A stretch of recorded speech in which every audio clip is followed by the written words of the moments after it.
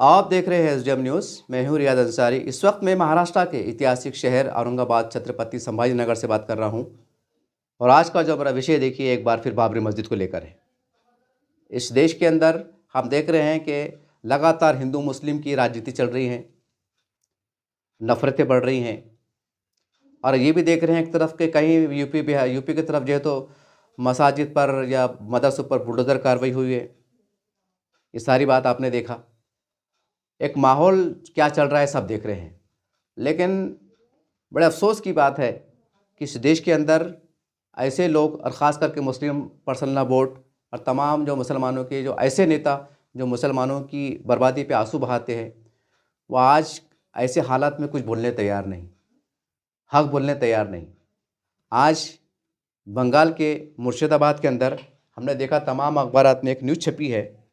मैं उसके पस मंज़र में ये वे न्यूज़ बनाना जा रहा हूँ कि इसके अंदर लिखा हुआ है, देखिए, कि मगरबी बंगाल के मुर्शिदाबाद में बाबरी मस्जिद का तामीरी काम शुरू। हुमायूं कबीर ने कहा कि 2 साल में तामीर मुकम्मल होगी। योगी हुकूमत ने मस्जिद बनाने पर दी थी धमकी। इसके अंदर ये कहा गया है कि मस्जिद का बुनियाद रखते वक्त हज़ारों लोग मौजूद रहे। और इसमें यह भी बताया गया है कि अयोध्या में जो बाबरी मस्जिद शहीद की गई थी, हूबहू वही डिज़ाइनिंग के ऊपर ये मस्जिद तामीर होने वाली है। और इसका जो प्रोजेक्ट इन्होंने लॉन्च किया है 55 से 60 करोड़ का है और 2 साल में मुकम्मल होने वाली है। इस बात का बाज़ाब्ता इजहार किया गया है। और इस तकरीब के मौके पर जो है तो उलमा इकराम, मुफ्ती इकराम को मदऊ किया गया था। ये सारी बात इसके अंदर छपी है। बस ये पस मंज़र में मैं सवाल करना चाहता हूँ कि जब देश में मुसलमानों पे बला आती है, आफतें आती हैं, या कोई 2-5 गिरफ्तारियाँ अमल में आती हैं, तो उसके ऊपर पूरे मुल्क में एक हौवा खड़ा किया जाता है।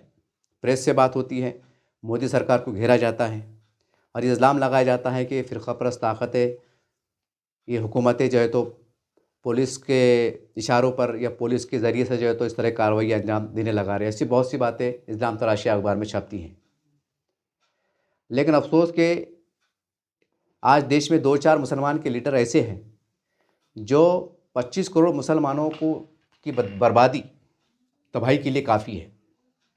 और हमारे मुस्लिम पर्सनल बोर्ड जो मुसलमानों की बेबाक तर्जुमानी करता है, जो हक़ बात करता है, हक़ के रास्ते पे चलता है, पता नहीं कि जो ऐसे मुसलमान के नेता जो चंद गलतियाँ कर रहे हैं, उनके ख़िलाफ़ आप पुरअमन तरीके से जौहरी अंदाज से मोर्चा क्यों नहीं खोल रहे हैं? आप सामने क्यों नहीं आ रहे हैं? ठीक है, हर इंसान को एक आज़ादी है, जमहूरी मुल्क है, अपने अपने हिसाब से कोई क़ानून के दायरे में रहकर कोई भी काम कर सकता है, अपनी जगह दुरुस्त है।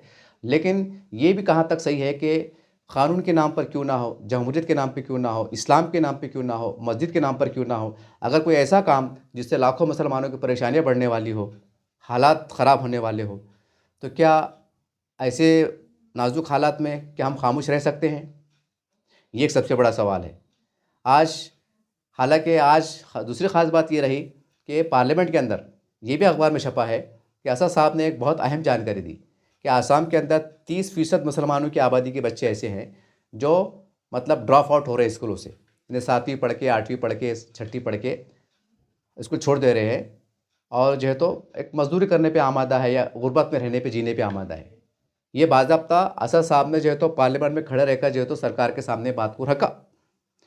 इस तरह से उन्होंने मगरब अपने बंगाल को लेकर भी कहा कि 40% मुसलमान के बच्चे तालीम के मैदान से दूर है बोलिए, या वो ड्रॉप आउट हो रहे हैं, 7वीं 8वीं 9वीं या मैट्रिक फेल पढ़ के छोड़ रहे हैं, यानी हाई एजुकेशन में नहीं जा रहे हैं मुसलमान के बच्चे। ये असद साहब ने पार्लियामेंट में खड़े रह के कहा।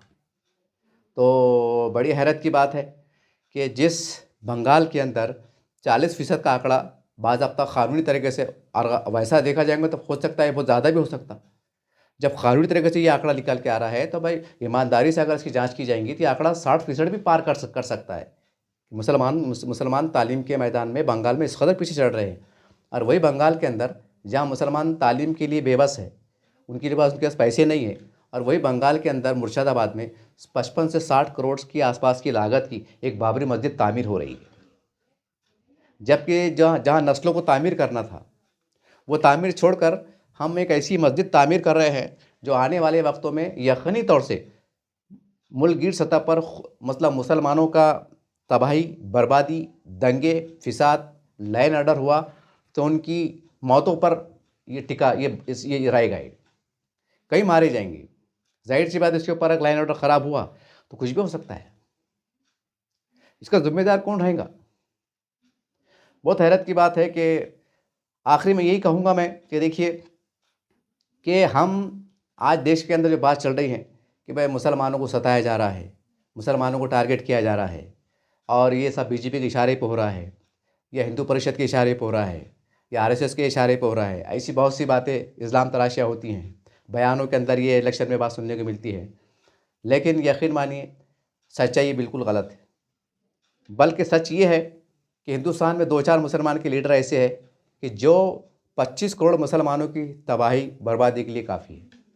मुसलमानों की बर्बादी के लिए बीजेपी की ज़रूरत नहीं है, आरएसएस की ज़रूरत नहीं है, बजरंग दल की ज़रूरत नहीं है, किसी हिंदू लीडर की ज़रूरत नहीं है। मुसलमान के 2-4 नेता जो देश में हैं, वही मुसलमानों की बर्बादी के लिए काफ़ी है। और ख़ास बात यह है कि देश के मुसलमान उनके पीछे जाते नज़र आ रहे हैं। ये बहुत ख़ास बात है। समझ में नहीं आ रहा कि इस देश के मुसलमानों को क्या हो गया, कि ये टीवी नहीं देखते, कि अखबार नहीं देखते, कि पढ़े लिखे नहीं है, कि उनको राजनीति नहीं समझती। पता नहीं कौम एक जहनी मरीज़ कैसी हो गई। पता नहीं एक बड़ी समाज का जो बड़ी, सबकी बात नहीं करूँगा, लेकिन 70-80% मुसलमान जो है तो पता नहीं एक ऐसे क्या हो गया इनको, एक कैसा इनके ऊपर पागलपन सवार है कि देख रहे नहीं हालात क्या चल रहे हैं।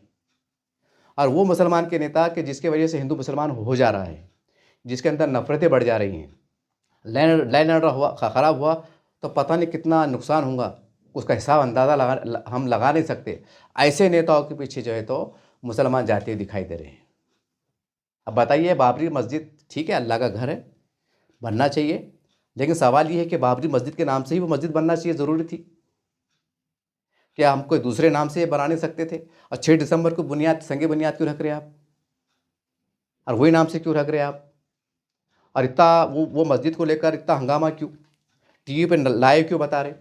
क्या पूरे हिंदुस्तान में क्या मस्जिद तामीर नहीं हुई? हज़ारों लाखों मस्जिद तामीर नहीं हुई? क्या उसके ऐसे लाइव बताया गया? क्या ऐसी जो है तो उसके बारे में जो है तो सोशल मीडिया इस्तेमाल किया गया? ये मस्जिद का इतना हंगामा क्यों? ये मस्जिद का इतना हंगामा क्यों? बहरहाल ये बंगाल, और हम समझते हैं कि ये बंगाल का जो इलेक्शन होने जा रहा है, अब यूँ समझ लीजिए कि ये बाबरी मस्जिद के नाम पर ख़त्म होगा। बंगाल का इलेक्शन राम मंदिर और बाबरी मस्जिद के नाम पर अब चुनाव लड़ा जाएगा। हो सकता है कि कुछ फ़िरक़ापरस्त ताकतें फिर ऐलान कर दे कि हम ये बाबरी मस्जिद को शहीद करेंगे, फिर हम जो है तो मंदिर बनेंगे, या मस्जिद ही ख़त्म कर देंगे। कुछ भी, अब राजनीति खेलने के वास्ते कुछ भी गंदा माहौल कर सकते हैं। तो इसके अंदर जो मुसलमानों के डेवलपमेंट की बातें हैं, पढ़ाई लिखाई की बातें हैं, कारोबार की बातें हैं, उनकी समाजी तरक्की की बातें हैं, ये दब जा रही हैं। आज असद साहब ने पार्लियामेंट में खड़े के बताया कि बंगाल के अंदर 40% एजुकेशन के अंदर मुसलमान जो है तो पीछे चल रहे हैं। ये आंकड़ा है वो। और वहाँ पर जो है तो 55-60 करोड़ की जो है तो बाबरी मस्जिद तामीर हो रही है। अब 60 करोड़ के अंदर बंगाल में कितने स्कूल कायम हो सकते थे, या कितने कॉलेज बन सकते थे? लेकिन नहीं।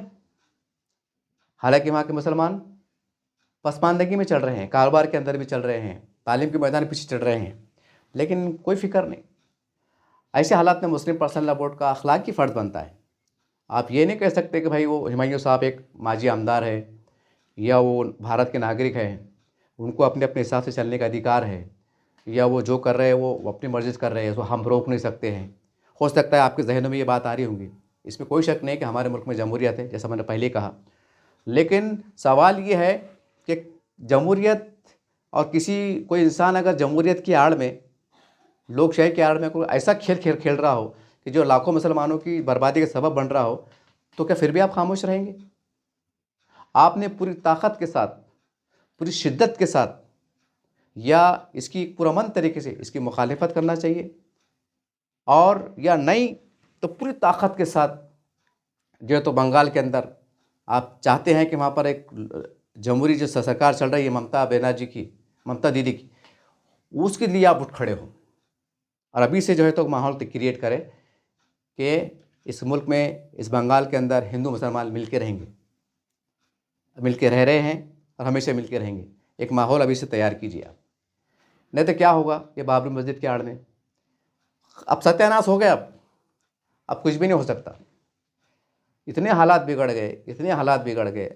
जो मैंने कहा ना कि 2-4 मुसलमान के लीडर है जो बीजेपी के पीछे पड़े हुए हैं, और जिसकी वजह से जो है तो मुल्क के अंदर जो है तो माहौल ख़राब हो रहा है। हिंदुत्व पे टीका की जा रही है। अमित शाह साहब को बुरा बोला जा रहा है। मुसलमानों के जो काम करना चाहिए, जो अपने अपने इलाके में जो काम करना चाहिए, वो काम छोड़ दिए, रिकामे भाषण चल रहे हैं। मुल्क के हालात ख़राब करने पे आमादा है। खुद मुसलमान के 2-4 नेता जब ऐसी हरकतें करेंगे, हिंदुत्व पे जो है तो टीका कसेंगे, हिंदू मुसलमान की भाषण देंगे, तो 100 करोड़ जो हिंदू हमारा भाई है वो देख रहा है कि पाकिस्तान में क्या चल रहा है, बांग्लादेश में क्या चल रहा है। बांग्लादेश के अंदर हिंदू भाइयों को मारा जा रहा है, मंदिरों को नजर आतिश किया जा रहा है, यह अखबार में छप रहा है, टीवी पे लाइव बता रहा है, उसके असरात यहाँ मुरतब हो रहे हैं। और उसके अंदर सोने पे सुहागा यहाँ पर डंकी की चोट पे कहा जाएगा कि हम बाबरी मस्जिद बनाएंगे। कोई कह रहा है कि बाबरी मस्जिद बनाएंगे, कोई कह रहा है कि अरे मोदी को हम दफन कर देंगे। चुनाव के अंदर कोई ऐसे नारे लगा रहे हैं, कोई उस पर इल्ज़ाम तराशा कर रहे हैं और धड़ल्ले से आंसू बहा रहे हैं। वह बहुत हैरत होती है कि इतना आंकड़े आने के बाद मुसलमानों के एजुकेशन पे जो काम करना चाहिए, खुद मुसलमान की तंजीम ने काम करना चाहिए, मुस्लिम पर्सनल लॉ बोर्ड ने काम करना चाहिए, वो काम नहीं कर रहे हैं। मुस्लिम पर्सनल लॉ बोर्ड भी जो है तो देश में जो है तो वक्फ ज़मीनात इमलाक बचाने में जुटा हुआ है। वो ज़मीन, बेजान ज़मीन, जो ना हिंदू है ना मुसलमान है, बस एक ज़मीन है बस। ठीक है, वक्फ के नाम पर है जो भी है, लेकिन जो जिंदे मुसलमान हैं, लाखों मुसलमान हैं, करोड़ों मुसलमान हैं जो तालीम के मैदान में बिछड़ रहे हैं, तो ऐसा देखे में नहीं आ रहा है कि मुस्लिम पर्सनल लॉ बोर्ड मुश्तरका तौर पर जो है तो एक मुहिम तैयार कर रहा है कि हर ज़िले जात में हम स्कूल कायम करेंगे। हम एक ऐसा स्कूल कायम करेंगे कि जहाँ पहली से लेकर तो ग्रेजुएशन तक जो है तो जैसा मदारिस के अंदर गरीब नादिर बच्चों को जो है तो मुफ्त में जो है तो उनको कपड़े, खाना पीना फ्री में दिया जाता है, हम ऐसे स्कूल पूरे भारत में कायम करेंगे। हम एजुकेशन में बढ़ेंगे। कोई ऐसा इक़दाम नहीं किया जा रहा है। बस मदरसे पे राजनीति चल रही है, मस्जिद पे राजनीति चल रही है, वक्फ बोर्ड पे राजनीति चल रही है। जो मुसलमान की बुनियादी काम करना चाहिए उसके ऊपर कुछ ज़्यादा काम नहीं हो पा रहा है, और कुछ हो भी पा रहा है तो दिखावा हो रहा है। जब मुसलमान के ज़िम्मेदार खुद ऐसी हरकतें करेंगे, जब मुसलमानों के डेवलपमेंट के लिए खुलकर एक प्लान के तहत सामने नहीं आएंगे और आवाम को पैगाम नहीं देंगे, तो कहाँ से मुसलमानों को सत्यानाश नहीं होगा। और किस मुँह से ये बोलते हैं आप कि बीजेपी सरकार मुसलमानों की दुश्मन है? नहीं है दुश्मन। तुम 2 रकात नमाज पढ़ो कि इतने नाजुक हालात के अंदर भी, इतने नाजुक हालात के अंदर भी क्या बहुत सी रियासतों में जो है तो गोश्त की दुकानों का लाइसेंस नहीं है मुसलमानों के पास, गोश्त नहीं बिक रहा है, बिक रहा है। ये क्या बहुत से मामलात में आपको इजाज़त नहीं मिल रही है? क्या जितनी योजना आ रही है, क्या योजना बीजेपी सरकार मुसलमानों को नहीं दे रही है? ठीक है, कम ज़्यादा दे रही है, क्या वो भाजपा सरकार नहीं दे रही है? दे रही है, मुसलमान ले रहे हैं। महाराष्ट्र के अंदर लाडली बहन के नाम पे पैसा लिया जा रहा है। रेल में, बस में जो यात्री होते, ऐसा बोला जा रहा है कि तुम मुसलमान महिला हो, तुम मुसलमान बुजुर्ग हो, मुसलमान आदमी हो, तुमको हम हाफ टिकट में नहीं जाने देंगे, उतर जाओ, बस से उतर जाओ, ऐसा कहा जा रहा है। क्या राशन नहीं दिया जा रहा है? क्या मुसलमानों की बस्तियों में थोड़ा देर से सही, थोड़ा कम ज़्यादा सही कि डेवलपमेंट के काम नहीं हो रहे हैं सरकार की तरफ से? अगर औरंगाबाद की बात करें तो स्मार्ट सिटी के अंतर्गत, स्मार्ट सिटी क्या है? स्मार्ट सिटी क्या है? क्या ये अफगानिस्तान की, पाकिस्तान की कोई फंड है क्या? नहीं, भारत सरकार का फंड है, महाराष्ट्र सरकार का फंड है, बीजेपी सरकार का फंड है। ठीक है, टैक्स से जाता जो भी है। अब बहुत से लोग कमेंट करेंगे, बोलते कि टैक्सेस का पैसा है। यहाँ मुसलमान खाने को मर रहे, बड़ी आबादी, वो क्या टैक्सेस देंगे? वो क्या टैक्स देंगे? और जाता भी है तो भाई एक तरफ जो है तो 100 करोड़ है, और एक तरफ 125 करोड़ है, एक तरफ 25 करोड़ है। 25 करोड़ के अंदर भी मैं समझता हूँ कि 15 करोड़ तो गरीब मिस्किन में, मतलब रोज़ कमा रोज़ खाओ, क्या टैक्स देंगे? हाँ, जो चीज़ पेन काफ़ी खरीदते होंगे उसके ऊपर जो जीएसटी लगता, समझो वो टैक्स जमा हो जाता। लेकिन स्पेशली इनकम टैक्स क्या देते हैं आप? कुछ भी नहीं। जो हमारे हिंदू भाई देते, बम्बन देते, मारवाड़ी देते, सिख देते, बड़े बड़े जो बड़े बड़े जिनके सैलरिया 2 लाख 3 लाख है, मतलब बड़े बड़े फैक्ट्री के मालिक है, वो टैक्स देते। वो टैक्स के अंदर ही पैसा डेवलपमेंट काम हो रहे। मतलब मैं ये बोलना चाह रहा है कि बीजेपी के राज्य फिर भी मुसलमानों का काम हो रहे। इसके पर भी अगर बीजेपी सरकार को बुरा बोलेंगे, उसके ऊपर निशाना साधेंगे और उसके ऊपर उससे एकदम हाथ पाई पे लड़ाई पे आमादा होंगे, तो फिर वो जो दे रहे वो भी बंद कर सकते हो। तुम क्या हल्का भारी करेंगे और कहाँ तक कोर्ट में जाएंगे और कहाँ तक जो है तो कानूनी लड़ाई लड़ते बैठेंगे। अब कुछ भी नहीं हो रहा, अब सब गया। अब अगर कोई केस भी डाले तो उसको किन्हीं होने को 5 साल 10 साल लगते। ऐसी में पूरी 70-80 साल निकल गए केस लड़ते लड़ते में। हमारे पास जो है तो केस लड़ा गया, बताते हैं 5 साल के बाद बरी होते हैं, 10 साल के बाद बरी होते हैं, लाखों रुपया खर्च होता है, चंदा होता है, ज़कात ली जाती हैं। लेकिन ये नहीं बताया जाता कि मुस्लिम पर्सनल लॉ बोर्ड के इंतज़ाम औरंगाबाद शहर के अंदर एक 10 एकड़ ज़मीन खरीदी गई है, जिसके अंदर Hindi medium, Marathi medium, English medium के मतलब प्राइमरी से लेकर तो हाई मतलब उनकी ग्रेजुएशन तक एक ऐसा निज़ाम तरतीब किया गया है कि जिसके अंदर हमारे गैर बरादरान वतन जो हमारे दलित भाई हैं, मराठा भाई, उनमें जो समाज के जो गरीब बच्चे 10-15% उनको भी जो है तो फ्री में जो है तो एडमिशन दिया गया है, और 85% गरीब मुसलमानों को मुफ्त के अंदर तालीम दी जा रही है, ताकि बच्चे आगे चलकर कलेक्टर, कमिश्नर, आमदार, खासदार बने। ऐसा नहीं है। वो भी मदरसे में ज़्यादा बवाल मचा था आज से 5 से 10 साल पहले कि भाई मदरसे के बच्चे आलिम बन रहे, हाफिज़ बन रहे, इसका फ्यूचर क्या है।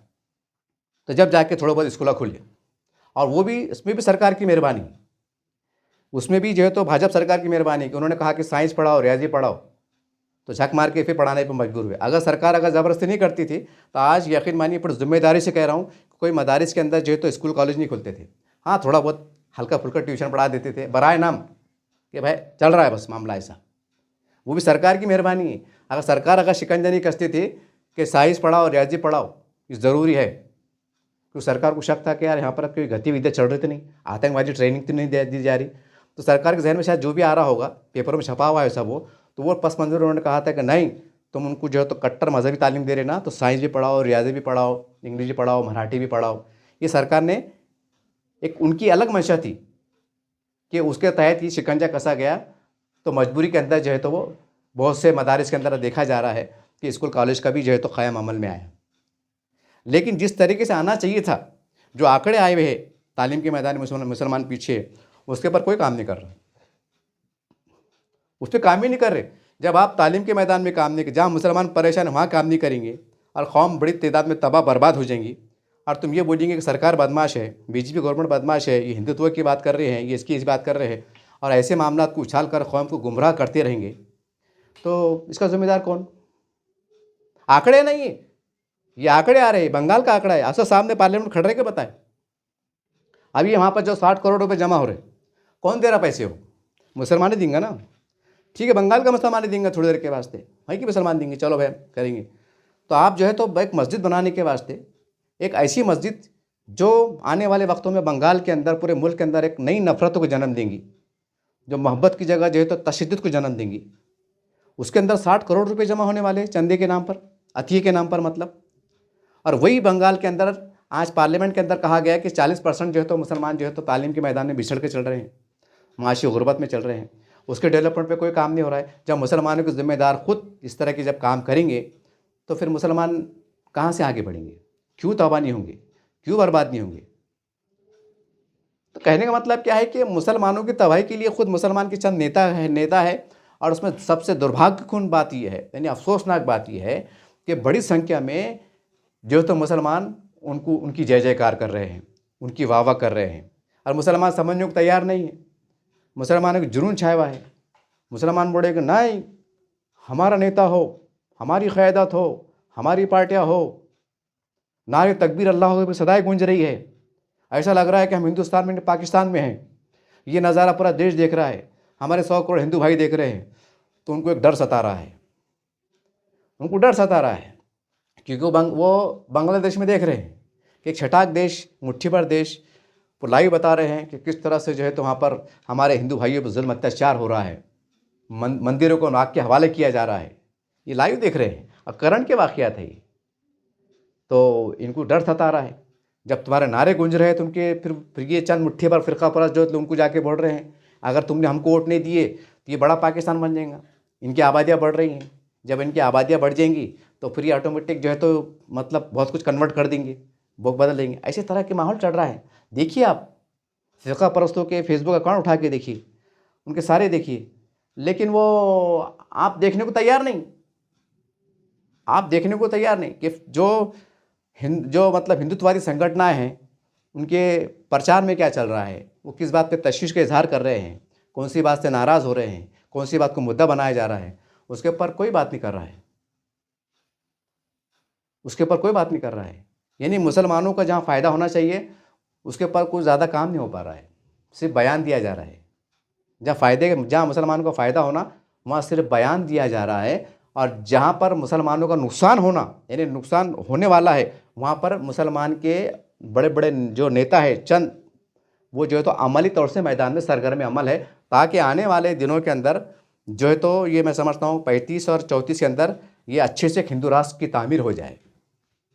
मौरिख लिखेगा, जब मौरिख लिखेगा कि हिंदू राष्ट्र जब किस निर्माण हो रहा था, तो इसके अंदर और क्या क्या वजूहत थी, और क्या क्या वजूहत थी। एक तो वजूहत ये थी कि भाई ये देश के अंदर हमारी बड़ी संख्या में, यानी बहुमत के अंदर हमारे हिंदू भाई है, यानी 100 करोड़ हमारे हिंदू भाई है, इसके सबसे बड़ा रीज़न तो ये है। लेकिन उसके साथ और क्या वजूहत थी कि ये देश लोकतांत्रिक तरीके से, खामोश तरीके से चल रहा था, लेकिन ऐसा क्या हुआ, ऐसी क्या उथल पुथल हुई ताकि ये देश हिंदू राष्ट्र बनने पर मजबूर हुआ। तो उसके अंदर ये चंद बातें ज़रूर रहेंगी कि इस आज़ाद देश के अंदर भगवान राम को जो है तो बुरा भला कहा गया, इसकी वजह से बड़े लाखों हिंदुओं के दिल में आक्रोश फैला, गुस्सा फैला। सीता माता के बारे में जो है तो भद्दे किस्म के अल्फाज इस्तेमाल किए गए, और चुनाव के अंदर ये भी कहा गया कि नान खली में हमको बगैर गोश्त के जमता नहीं। ये तमाम बातें रिकॉर्ड पे आएंगी। और ये भी कहा गया कि हम जो है तो हिंदुत्ववादी, जिसको लाखों करोड़ों हिंदू एक मतलब उसको मानते हैं, जानते हैं, एक अच्छी श्रद्धा की निगाह से देखते हैं, जिसका नाम शिवसेना है, भाजपा है। और चंद मुसलमान के नेता जो है तो उसको दफन करने की बात करते थे, उसको ललकारने की बात करते थे। तो गोया आप 100 करोड़ हिंदू भाइयों को ललकार रहे हैं। ये सब तारीख में लिखा जाएगा, ये सब तारीख में लिखा जाएगा कि किसने क्या कहा, किसने क्या कहा, किसने क्या कहा। और यही इनकी जो है तो बातों की वजह से ये हिंदू राष्ट्र बनने की राह हमवार हुई। और कहीं ना कहीं इनका शुक्र भी अदा किया जाएगा कि काश अगर ये ऐसी हरकत नहीं करते तो शायद ये पता नहीं हिंदू राष्ट्र का ख्वाब कब पूरा होता। तो ये चंद जो मुसलमान के जो नेता है जो देश के अंदर, ये कहीं ना कहीं, यानी कि ये बीजेपी मुसलमानों के दुश्मन नहीं है, इतनी है सियासी नज़रिए से है। सच में बीजेपी मुसलमान दुश्मन नहीं है। अगर रहती थी तो आज मुसलमानों का जो योजना है, जो है फ़ायदे हैं, ये मुसलमानों को नहीं मिलते थे। वो तो खुल्ला खुल्ला बोलते थे, हम हिंदुत्व पे चुन के आए, हम तुमको नहीं देंगे, क्या उखाड़ना है उखाड़ लो। भाई मोटे अल्फाज में कुछ भी हो सकता ना, लेकिन वो संविधान को मान रहे हैं, सबको लेके चलने की बात कर रहे हैं, सबको लेने के बाद चल रहे हैं। लेकिन जो चंद मुसलमान के नेता है जो ऐसी इस तरह की राजनीति कर रहे हैं, और काय के वास्ते कर रहे हैं, 4 आमदार आ जाए, 10 आमदार आ जाए, 5 खासदार आ जाए, इसके वास्ते 25 करोड़ मुसलमानों की बलि भी अगर चढ़ जाए तो इनको कुछ फ़र्क नहीं पड़ता है, इनको कुछ फ़र्क नहीं पड़ता है। बड़ी हैरत की बात है, कहाँ जा रहे हैं मुसलमान। अभी मुसलमानों के आगे तबाही के जब बुरे दिन होंगे। अभी बाबरी मस्जिद शायद ठीक है एक मौका देंगे, फिर एक दिन ऐसा आएगा कि उसके ऊपर जब कुछ वाद विवाद हो जाएगा, कोई हिंदू मतलब हमारे भाई रोड पे आएंगे, तो फिर सरकार की तरफ से फैसला भी आएगा। अब कैसा आएगा, कानून की चौकट में आएगा कि भाई इसके ऊपर बहुत तनाज़ा फैल रहा है, लिहाजा मस्जिद को बंद किया जाता है, ताकि ये मस्जिद में नमाज नहीं होंगी, ये मस्जिद बंद हो जाएंगी, तो कहीं ना कहीं जो माहौल ख़राब होने का डर है ये बंद हो जाएगा। यानी 50-55 करोड़ चल लेंगे, वो पानी में चल लेंगे, तो उसको जैसे तार फिक्सिंग लगा दी जाएंगी और कहेंगे कि भाई इसकी वजह से राजनीति ख़राब, माहौल बंगाल का माहौल ख़राब हो रहा है, क्यों ना इसे अमन अमान के नाम पर, सलामती के नाम पर बंद कर दिया जाए। एक ऐसा तर्क शायद निकल के आएगा और बंद पड़ जाएंगी। यानी 55-60 करोड़ पानी में चले गए, करोड़ों रुपया पानी में चले गया। वहाँ के हिंदू भाइयों के दिल में, वहाँ के मुकामी मुसलमानों के वास्ते नफरत पैदा होंगी। अब सोचो ज़रा, सोचने वाली की बात है कि वहाँ नारे तकदीर की आवाज़ बुलंद हो रही, और वहाँ के लाखों हिंदू भाई देख रहे, तो उनके कान में बेड़िया है, वो नहीं दिख रहे। और अब बाप रे, ये इतना, पैर में चप्पल नहीं, फटी हुई लुंगी, फटा हुआ शर्ट, इतने मैले कुचले, और लाखों करोड़ों पे दे रहे, चंदा दे रहे, मदद दे रहे। तो हिंदू भाई क्या मुसलमानों के मुकाबले में पैसे वाले नहीं है? वो तो करोड़पति, लखपति, अरबोपति है, वो क्या नहीं कर सकते। मगर नहीं, कोई बोलने को तैयार नहीं कि भाई साहब ऐसे हरकत मत करो, ऐसी हरकत मत करो। लेकिन नहीं, हम जो है तो एक ऐसी राजनीति कर रहे हैं, मुसलमान खुद मजहबी राजनीति करेंगे और हिंदुओं को बुरा बोलेंगे, भाजपा को बुरा बोलेंगे, तो कहाँ तक सही है? आइए, मुसलमानों के जिम्मेदारों का काम है कि ऐसी तमाम हरकतें, ठीक है, वो कानून के नाम पे क्यों ना हो, जमहूरियत के नाम पे क्यों ना हो, आज़ादी के नाम पे क्यों ना हो, इख्तियार के नाम पे क्यों ना हो, अगर उससे मुसलमानों को अगर फ्यूचर में नुकसान होता है तो मुसलमानों के ज़िम्मेदारों को चाहिए कि उसके ऊपर एक लाहेमल तैयार करें और बड़े फैसले लें। अगर 25 करोड़ मुसलमानों की बक़ा चाहते हैं, उनका तहफ़्फ़ुज़ चाहते हैं, आने वाले वक्तों में अगर मस्जिदों का तहफ़्फ़ुज़ चाहते हैं तो आपको ये कदम उठाना पड़ेंगे। या अगर आप इनके ये तमाम ऐसे जो मुसलमान के नेता जो एक ऐसी राजनीति कर रहे हैं जिससे मुसलमानों को नुकसान पहुँचने का डर है, जिस डर सता रहा है, अगर इनके ख़िलाफ़ आप एक्शन में नहीं आएंगे, इनके ख़िलाफ़ मोर्चा नहीं खोलेंगे, तो जाहिर सी बात है एक दिन ये होगा कि पूरे देश के अंदर अफरा तफरी फैलेंगी। और जब आप रोड पे आएंगे तो आप ये भी सोचो कि अगर आने वाले वक्त में अगर अफरा तफरी फैल जाती हैं, जब आप रोड पे आते हैं तब वो उस वक्त फिर हमारा तो वो रहा है मतलब एक तरीक़ेकार रहा है कि मुसलमानों की जब बर्बादी होती हैं, सैलाब आते हैं, मतलब दंगे होते हैं, फिसाद होते हैं, तो हमारी जो ज़िम्मेदारी है वो इतनी है कि हम चंदा करें, ज़कात करें, खैरात जमा करें और उनको राशन लिया के दें। और गोया हमने मिल्लत का बहुत बड़ा काम कर दिया, हमने मिल्लत का बहुत बड़ा काम कर दिया। जबकि मुकामी सतह पे मुसलमान कुछ अतिया जमा करके बाखबर तरीके से छोटी कच्ची पक्की मस्जिद बना सकते। ये काम मुसलमानों की तंजीम का काम करने की ज़रूरत भी नहीं है। अल्हम्दुलिल्लाह ये अल्लाह घर का काम है। हर मुसलमान को एहसास है कि अल्लाह घर बनाने के अंदर कितना बड़ा सवाब मिलता है। अगर एक ईंट भी लगा दी जाए तो जन्नत में एक घर बना दिया जाता है, ये हर मुसलमान को मालूम है। तो इसमें मुसलमान की तंजीमों को आगे ज़रूरत नहीं है कि वहाँ मस्जिद की तामीर हो रही और हमको अतिया दो, आपको ज़रूरत नहीं साहब। मुसलमान अपने बल पे कच्ची पक्की बना लेंगे, टीनों की कैसी बना लेंगे, आपको ज़रूरत नहीं है। आपको ज़रूरत इस बात की है कि हम जो है तो बावक़ार तरीके से अगर मसाजिद की तामीर कर रहे हैं तो हम कॉलेज की तामीर कैसे करें, स्कूल कैसे तामीर करें, ताकि मुसलमान पढ़े लिखे बराबरी से और आगे बढ़े। क्यों मस्जिद मतलब कॉलेज बना के उसके अंदर जो है तो 2 घंटे की अरबी तालीम देकर उनको दीनदार बनाया नहीं जा सकता। उसके लिए स्पेशल मस्जिद मदरसे बनना बहुत ज़रूरी है, ताकि मदरसे बनेंगे तो कट्टर मुसलमान बनेंगे, वैसे मुसलमान मजबूत नहीं बन सकते, हक हलाल का कमा के नहीं खा सकते। हमारे मुसलमान की बस्तियों में जो है तो सूद का निज़ाम चल रहा है, 15% चल रहा है, उसके खात्मे के लिए नहीं आ रहे। यानी मुसलमान को हराम का खान दो, वो हराम का खाएंगे तो वो क्या उनकी दुआ कबूल होंगी, वो हराम का उनके बच्चों को करेंगे, वो गुर्बत के मारे वही बच्चे उठाएंगे जो है तो मदरसों में दाखिल लेंगे, क्या ईमान मजबूत होगा। जो ईमान की बेसिकली मजबूत करना चाहिए कि सूद का कारोबार क्यों फैल रहा है, इसके ऊपर ना मुसलमान की तंजीमें काम कर रही है, ना मुस्लिम पर्सनल लिबर्टी काम कर रहा है कि भाई बैतुलमाल का महल्ले जाती सतह पर क़याम अमल में लाना, एक बोर्ड लगाना, उसका ऐलान करना, उसको जो है तो फैलाना, ये बुनियादी काम नहीं कर रहे आप। बस एक चंद मुद्दे पकड़ लिए, 10-20 बच्चे जेल में चले गए, उसके ऊपर राजनीति। एक आदमी मस्जिद का मामला ज्ञान पापी का काशी मथुरे का उठ गया, उसके ऊपर बोल बच्चन को 2-4 ऐसे मुद्दे का जब भाजपा सरकार ने बोल दी उसके ऊपर प्रेस कॉन्फ्रेंस, बस हो गया, मुसलमानों के मसले हल हो गए। मुसलमानों को रोज़गार भी मिल गया और मुसलमानों को पानी भी मिल गया, मुसलमानों को स्कूल भी मिल गया, मुसलमानों को सब डेवलपमेंट हो गया। जबकि अगर ईमानदारी से हम सदक़े निज़ाम ज़कात के तहत भी अगर पूरे मुत्तहिद होकर काम करें तो मुसलमानों के 12 मसाइल हल हो सकते हैं। तालीम के मैदान में, उनके एजुकेशन के मैदान में, उनके रोज़गार के मैदान में, इज्तिमाई शायदी के ज़रिए गरीब बच्चे उड़ जाएंगी, और सेहत के मैदान में हम काम कर सकते हैं। लेकिन हम काम करने के मूड में नहीं हैं, हम काम नहीं करेंगे। हमने बेड़ा उठा लिया है कि हम मदरसे बनेंगे, मस्जिद बनेंगे, और आखिरी में सरकार ने भी सोचा है कि ठीक है तुम करो, चंदे करो, सत्ते करो, जातिया करो, सब जमा करो, आखिरी में फिर हम कहीं ना कहीं इसके ऊपर बुलडोज़र भी चला देंगे। क्योंकि हम इतने अनपढ़ है, हम इतने गवार है कि बुलडोज़र चल रही है। लेकिन आज तक ना मुस्लिम पर्सनल बोर्ड तरफ से कुछ मीटिंग हुई कि भाई अपनी अपनी मस्जिदों का करो, अखबार में नुमाया तौर से इक्का दुक्का का बयान आया, ऐसा नहीं है। लेकिन नहीं हुआ कि भाई कहाँ पर क्या मसाजिद है, मदरसे है, कि उनके रजिस्ट्रेशन हुए नहीं हुए, उनकी रजिस्ट्रियाँ मुकम्मल है नहीं है, बांधकाम परवाने हैं नहीं है, उसके ऊपर मुहिम चला के उनके ऊपर रेगुलाइज करने में मदद करना नहीं। तुम चंदे जमा करते रहो, बाद में वो कानून के आड़ पे बुलडोज़र चलते रहेंगे। ये धंधे चलन दो, और मुसलमानों का हक हलाल का पैसा जो उम्मत के नाम पे खर्च भी हो सकता था वहाँ नहीं। जब हमारे खुद का हरकतें ऐसी रहेंगी तो हम कहाँ से बर्बाद नहीं होंगे, कहाँ से अल्लाह की मारनी पड़ेंगी, फिर कहाँ से मोदी हमारे पास मुसल्लत नहीं होगा। हम खुद बड़े, हम खुद ऐसी हरकतें कर रहे हैं कि मोदी जी को बड़े, मोदी जी बनो प्रधानमंत्री और तीसरी बार बनो, हमारा जमहूरियत से पेट नहीं भरा, इसको हिंदू राज बनाओ। हमको ऐसी हरकतें कर रहे हैं कि हमारे करोड़ों हिंदू भाइयों को हमको दुश्मन बना रहे हैं, ऐसी बोल बचन दे के, ऐसी हरकतें करके। देख बंगाल के अंदर आंकड़े हैं कि वहाँ स्कूलों की ज़रूरत है, कॉलेज की ज़रूरत है, लेकिन 60 करोड़ की मस्जिद बनाई जा रही। मैं मस्जिद के ख़िलाफ़ नहीं है, मगर बाबरी मस्जिद के नाम से ही क्यों, 6 दिसंबर ही क्यों, और उसके ऊपर टीवी पे हंगामा क्यों? ये सोचने वाली बात है ना कि हिंदुस्तान में पहली मस्जिद बन रही क्या, कि लाखों मस्जिदें नहीं है, वो मस्जिद में से क्या खास बात है? और वो मस्जिद कोण तामीर कर रहे? कोई ऐसा है क्या कि कोई मतलब कोई सहाबा क्या मतलब बुजुर्गान औलिया की आल है, आखिरी चश्मे चिराग है, उनके हाथ मुबारक हाथों से वो जो तो मस्जिद तामीर अमल में आ रही? नहीं, वे बहुत बड़े अल्लाह के वली जिनका शिजरा जो है तो सहाबा से जाके मिलता, ऐसा कुछ है क्या? कुछ भी नहीं है। अब ये लफड़े चलेंगे, ये मामले हैं आपके सामने।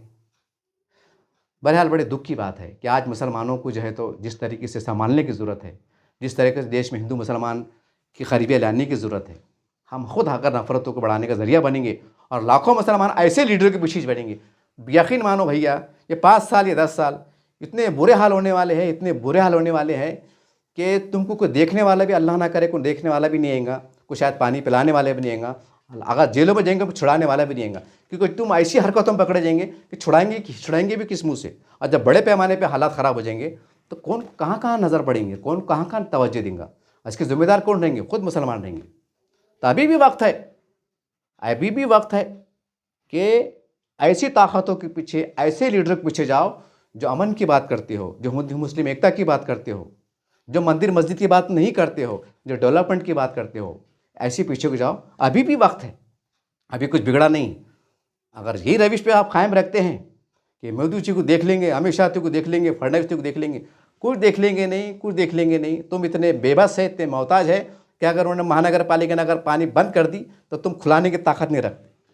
ये औरंगाबाद की मिसाल है कि हमारे हिंदू भाइयों के बेल्टों में 3 दिन पानी आ रहा, आज भी 8 साल 10 साल से आ रहा, और मुस्लिम बेल्ट के अंदर जो है तो 8 दिन के पानी आ रहा। ये तो इतना बड़ा सबूत है कि यहाँ मुसलमान के नेता नहीं है, कि लीडरशिप नहीं है। तो आखिर क्या वजह है वहाँ 3 दिन के बाद पानी आ रहा था और यहाँ 8 दिन पानी आ रहा? तुम इतने बेबस है कि तुम पानी नहीं दिला सकते। तुम इतने बेबस है कि मुसलमान खबरस्तान कैसे लड़ रहे औरंगाबाद के अंदर, तुम खबरस्तान नहीं दिला सकते। अरे तुम इतने बेबस है, तुम इतने निकम्मे हैं, तुम कुछ नहीं कर सकते बाबा। तो कम से कम मुसलमानों को खपाने धंधे मत करो ना। मेरे बोलने का मतलब यार मत करो। दुनिया 2 दिन की है, कमा लिया पुण्य, नाम होगा, सम्मान होगा। मैं तमाम मुसलमान के नेताओं कह रहा हूँ जो मुसलमानों को आप राजनीति कर रहे हैं, जो अंदर से मुसलमानों को वफादार नहीं, उनको मुझसे मुखातिब मत करो। अल्लाह नवाज दिया, कम से कम बस उसमें खा पी के पड़े रहो ताकि 4 जूते खबर में कम पड़ेंगे। अगर तुम ऐसे करते जाएंगे ना, तुम्हारी आल पे अल्लाह ताला से वक्त ला लेगा कि उनको कोई भीख नसीब नहीं होंगी। बहादुर शाह जफ़र की मैं समझता हूँ 4थी 5वीं पीढ़ी आज उनकी ख़वातीन मैंने देखा हूँ, सोशल मीडिया पे आप भी चेक कर सकते हैं। बहादुर शाह जफ़र हिंदुस्तान का आखिरी बादशाह, कि उसकी ख़ानदान की एक लेडीज़ घरों में बर्तन मांजने पे मजबूर है, झूठा खाने पे मजबूर है। कई ऐसे बादशाह, मुस्लिम बादशाह हिंदुस्तान के, जो उनकी आल जो है तो आज पंक्चर बनाने पे मजबूर है, मट्टी काम करने मजबूर है। ये उनकी आल पे ऐसा वक्त लाया है। हालांकि बादशाहों का खून दौड़ रहा है नस्लों के अंदर, लेकिन आज उनको मदद करने तैयार नहीं। कि ऐसा ना हो कि तुम्हारी आल पे वैसा वक्त आ जाए कि उनको कोई भीख ना दे। ये बदवाए रंग लेंगे साहब, ये छोटी बात नहीं है। मैं उम्मीद करता हूँ कि तमाम लोग जागेंगे। ये मैंने देश हित में, समाज हित में ये मैंने कहा। उम्मीद है कि आप जागेंगे। देखते रहिए आप एसडीएम न्यूज़ चैनल। जय हिंद, जय मां।